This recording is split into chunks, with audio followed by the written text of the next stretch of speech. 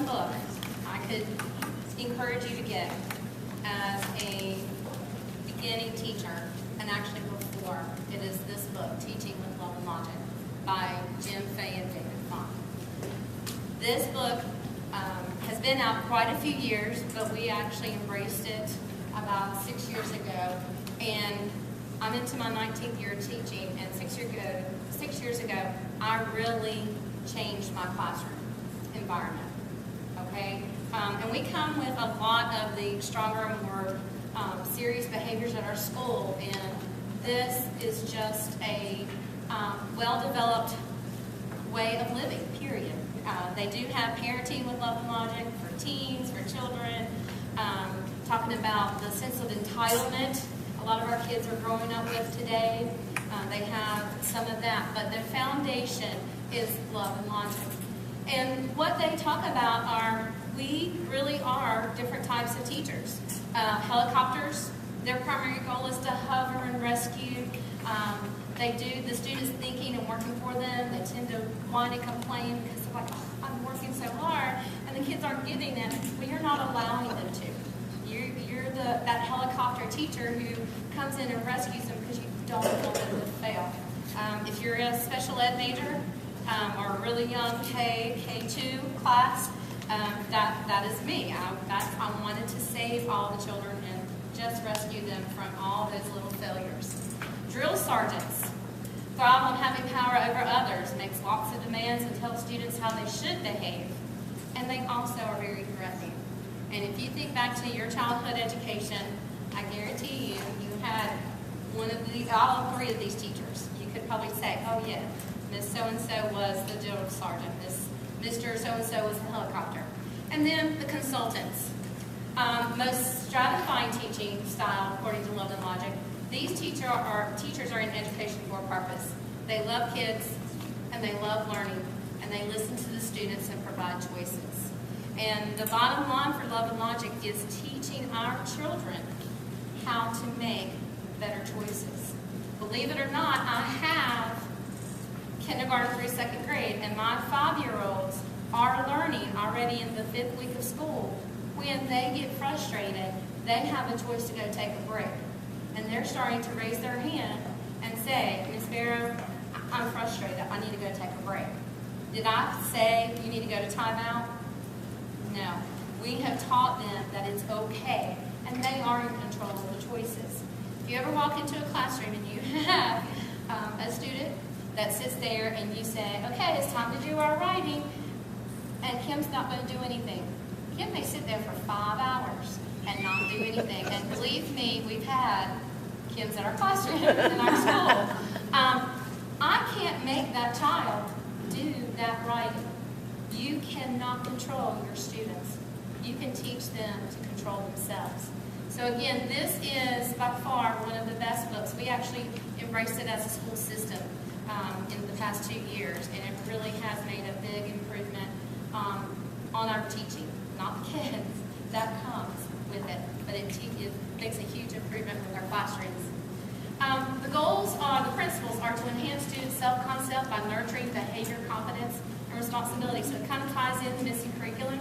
We teach those competencies, but we don't also set them up for failure. Okay, now that I've taught it, this is what you're expected to do. What we do is we present situations where they're going to have to use that skill, and we say, okay, remember, we're fixing to do this, and this is what is expected. And as soon as they do it right away and do it with success, then we reinforce them with either verbal praise or some type of visual support to get them saying, okay, I can achieve this. To encourage students to control thinking and making wise choices for themselves. In my classroom, you can either do your Letterland during this specific time that I have, or the only other time I have free to teach you that Letterland that you missed is while everybody else is out in recess. Which one do you want to do? It's okay if you don't feel right now that you want to do it. That's okay. Come back and see me at recess. Wow, they have a big choice to make. I'm not pushing them. I'm not consequencing them. I'm letting it be up to them. I'm not the bad guy.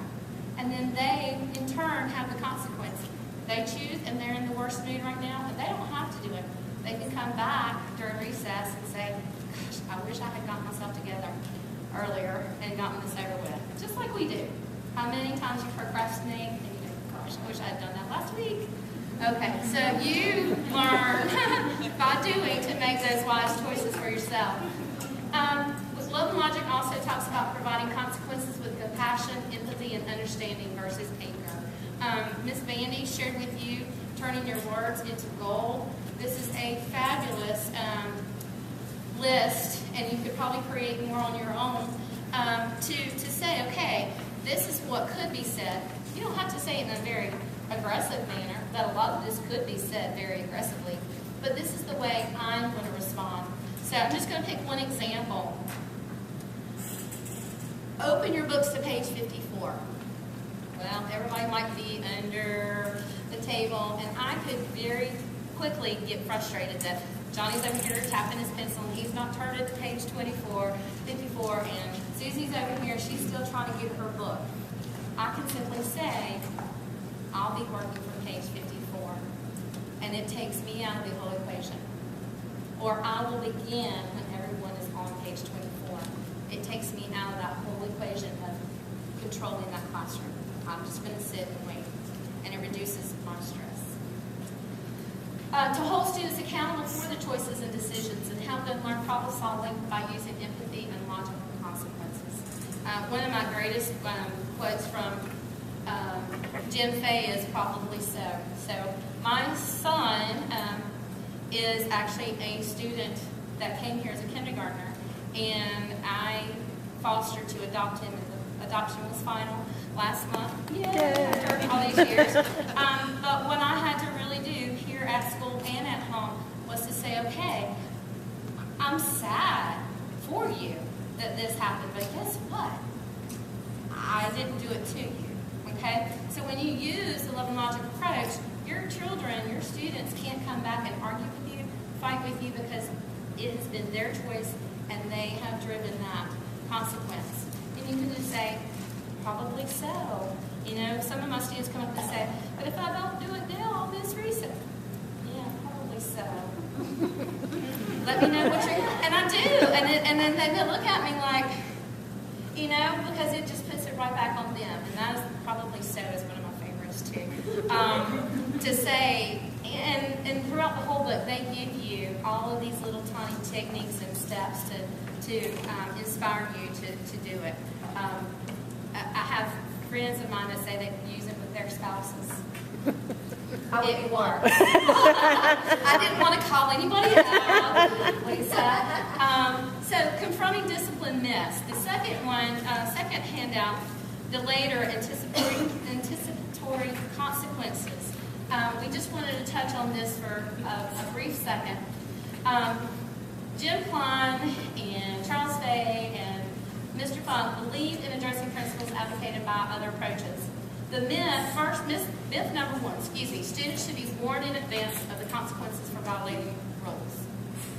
You might have even been taught that in your student teaching classes. Myth number two, when students break rules, consequences should follow immediately. And number three, teachers should only expect respect from their students and not hear about being liked by them. Well, the first one is students have to be held accountable, but consequences do not have to be delivered immediately. And they can be delayed and then extended. And let me tell you why.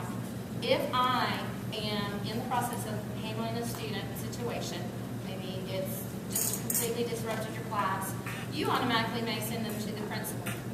That's great. We don't do that.